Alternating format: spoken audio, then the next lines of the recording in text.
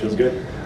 Could have scored in the 96th minute. Would have been quite the welcome back present. But I think it's just very good that we get more competition in the squad. We get more people to really fight for the spots, and I think that's what you also witnessed in the first half. Everyone was cautious about the fact that when performances are not there, but also when the intentions aren't there, like we have subs, like we're going to make the subs whenever we need them.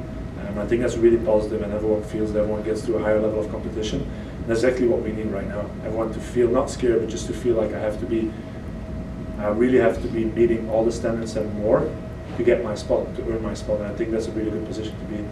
Yeah, this was a different game from that perspective. You were able to make a sub at halftime, but subs kind of early in the second half, and also just looking at the injury list, it wasn't just Chloe coming back. You got CC back, you got Paige back as well. I think I'm missing one as well somewhere in there. But did this game feel like kind of the first one in a while where you just felt like more strength from the team, more depth? Yeah, we had Poe back as well. Yeah. I think that was the one you missed, but it's not only depth, it's just like we feel that ever since we came back from the CBA break, just in general, like we feel this togetherness. And I think that just drives performances at the minute. So I think, yes, the depth is good, but the depth is eventually leading to just more competitiveness. And that's what we see and we feel on a daily basis. Like, there is no escaping standards. Like, it is what it is, and we have to meet them in order to play. I think that's really positive. It hurts sometimes as well for certain players, but it's just giving a message that we want to move forward, and everyone that wants to move forward with us, they'll move forward. Whoever's like lacking behind, they need to up their game, and I think that's really important for us right now, that mentality.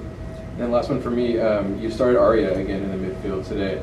What is it about her game that has made you kind of have to start her in these games? I think starting her is a choice, and it will remain a choice.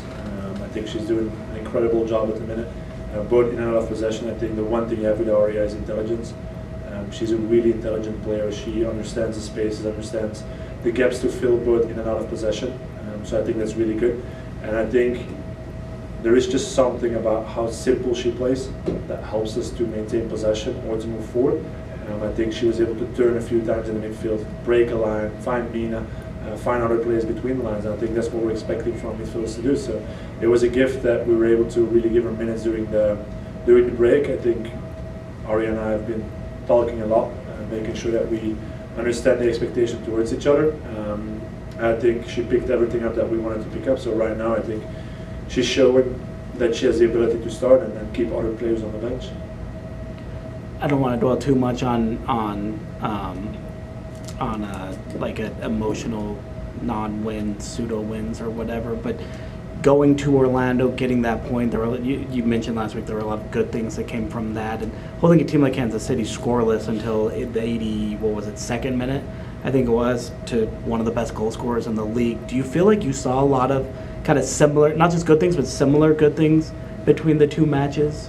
I think the big difference is we had 4 or 5 shots on goal last week, and I think we had 10 shots this week, so I think that was a big difference. So like we said, we don't want to be just a defending team, we want to be a defending team that actually transitions into, or whenever we have a regain, that actually use it to transition on an opponent. I think that was the big improvement in comparison with last week. We could have tied in the 96th minute by a beautiful build-up, a good cross, yep, the right spot, we were doing the right thing. So I think that's what we wanted to take with us from Orlando.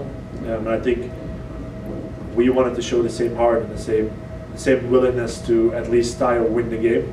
And I give it back to the girls as well after the game. Like, I think 4 or 5, 6 weeks ago, we were afraid to lose 3 to 4-0, and now we're disappointed by losing 1-0 in the 82nd minute.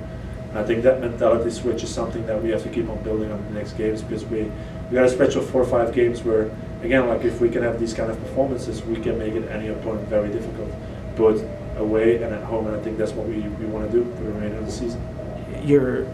You mentioned something, and it sounded very similar, like Pablo Mascheroni, your counterpart on the RSL side, where Pablo likes to talk a lot about focusing on performances rather than results. Are you kind of trying to instill that same mentality into this team as well? Like, hey, let's not look at the final score all the time.